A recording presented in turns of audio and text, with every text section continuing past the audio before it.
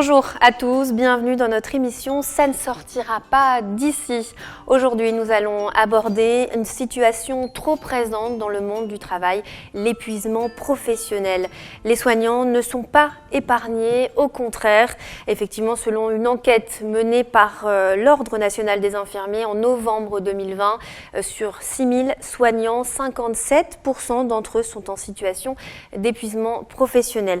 Pour en parler, j'ai à mes côtés aujourd'hui Christelle. Christelle, vous êtes soignante, vous avez vécu l'épuisement professionnel, vous avez été en arrêt durant quelques mois et aujourd'hui vous êtes de retour dans votre service en mi-temps thérapeutique. Merci beaucoup d'accepter de venir aujourd'hui ici à nos côtés pour nous parler de votre expérience.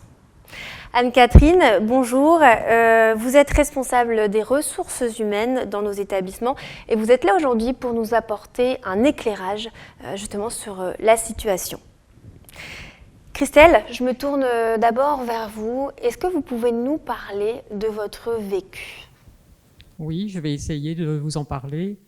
Alors l'épuisement professionnel, eh bien, ça n'arrive pas bien entendu du jour au lendemain. C'est un ensemble de situations qui fait qu'on en arrive là.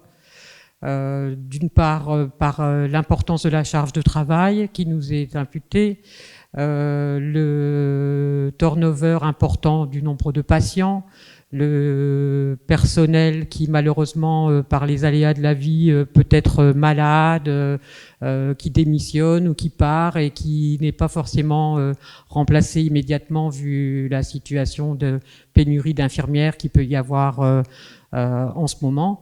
Et donc on s'adapte, on essaye de s'adapter au fur et à mesure, de prendre sur soi, d'accueillir et de continuer à apporter les meilleurs soins qui soient pour nos patients, en acceptant l'augmentation de charge de travail, la pression, les exigences des patients et toujours être à leur disposition, souriant, dans l'empathie, parce que les gens qui sont là et qui viennent se faire soigner n'ont pas à subir les conséquences du manque de disposition ou du manque de personnel et qu'il faut toujours garder le sourire, les réconforter, leur apporter notre soutien. Et donc, voilà, on évolue, on essaye d'avancer.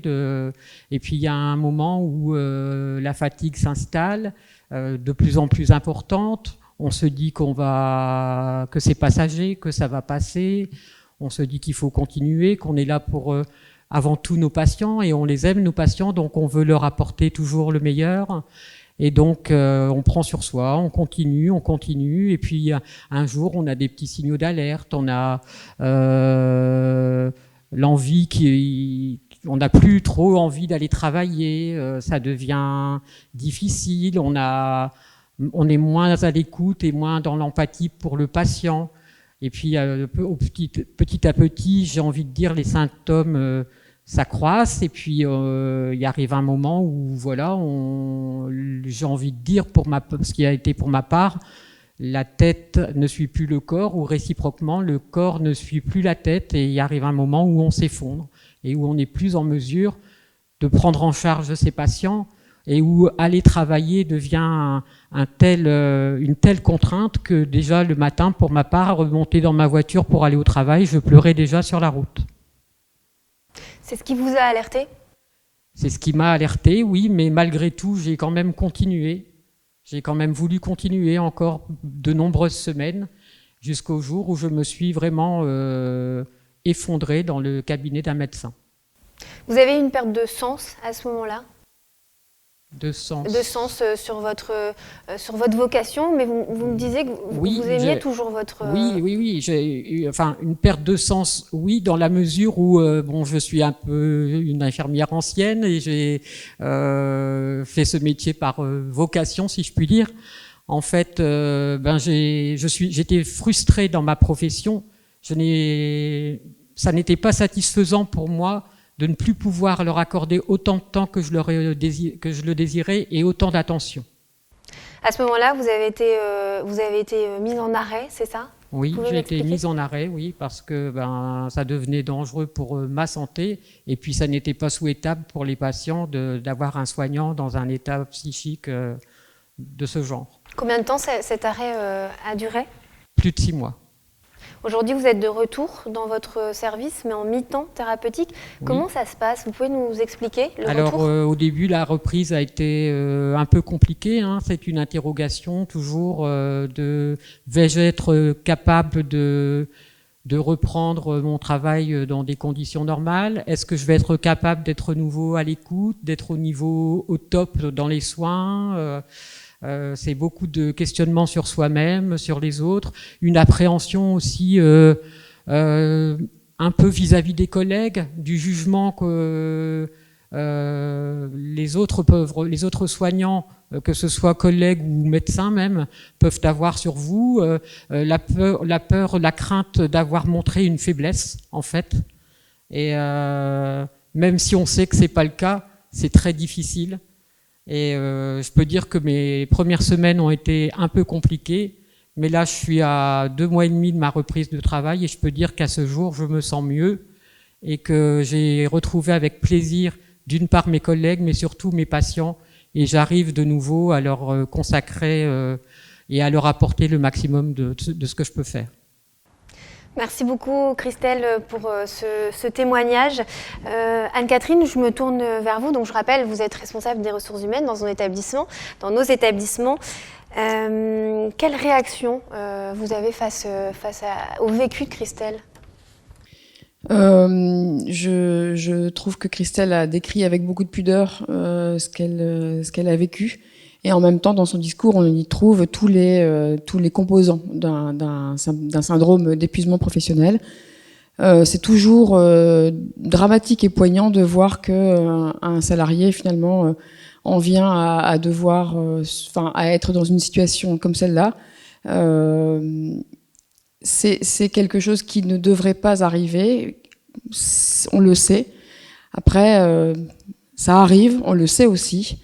Il faut pouvoir en parler, il faut pouvoir exprimer le sujet, il faut pouvoir exprimer également son mal-être pour pouvoir peut-être tenter de trouver des solutions avant d'en arriver à cette extrémité, où le corps finalement finit par dire on arrête là, on n'en peut plus. Et alors justement, aujourd'hui, pour les personnes qui nous regardent, les managers, nos collaborateurs, les soignants, quels sont les signes qui doivent alerter ?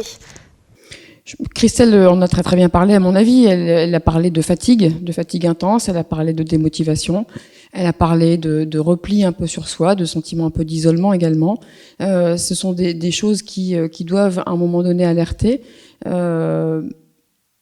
Il faut également que dans ces signaux-là, qu'ils puissent être entendus. Il ne s'agit pas que de dire je suis fatigué, je ne vais pas bien à sa ligne hiérarchique. Il faut aussi pouvoir être entendu, donc il est important aussi de peut-être aussi informer et former les lignes hiérarchiques, le management dans sa globalité sur la reconnaissance des signes d'épuisement professionnel. À mon sens, la difficulté aujourd'hui, c'est que le mot épuisement professionnel est un peu galvaudé. Il y a beaucoup de bruit autour de l'épuisement professionnel et on n'arrive donc pas à détecter quel est le signal dans tout ce bruit. On parle assez facilement d'épuisement, mais qu'est-ce que réellement l'épuisement ? Christelle l'a bien décrit, et ces signaux-là, pour pouvoir être détectés, il faut qu'ils soient connus au préalable, et donc la ligne hiérarchique, ou même les collègues de Christelle auraient peut-être pu, si elle a pu s'en ouvrir auprès de quelques-uns, les collègues auraient peut-être pu, s'ils avaient été informés de ce qu'est un épuisement professionnel, auraient peut-être pu l'accompagner, ou en tout cas l'aider à sortir avant cette issue d'arrêt maladie, à sortir de cette situation et aller chercher de l'aide là où elle pouvait se trouver.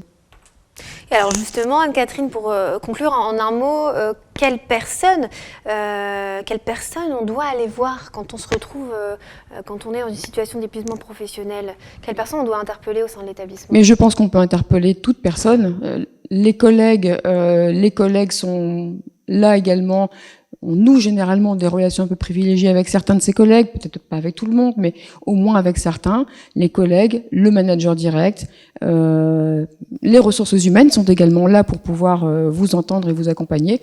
Il y a la médecine du travail, il y a beaucoup d'interlocuteurs, mais ensuite il faut que chaque personne, encore une fois, soit en capacité de recevoir le message de la personne qui exprime le mal-être et puisse l'identifier comme étant effectivement un symptôme d'un épuisement professionnel à venir ou en cours. Ce que vous êtes en train de dire, c'est que tout le monde doit se sentir concerné. Bien sûr, parce que ça peut arriver à tout le monde. Parce qu'il n'y a pas de personnes qui peuvent se sentir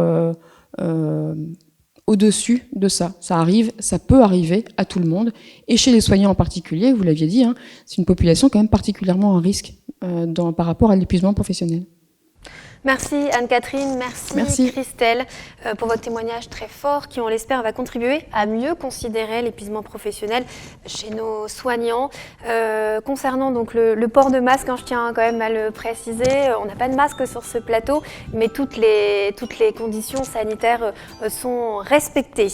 Quant à nous, on se retrouve demain pour parler des ressources qui permettent justement d'éviter l'épuisement professionnel. Merci pour votre écoute et n'oubliez pas, ça ne sortira pas d'ici.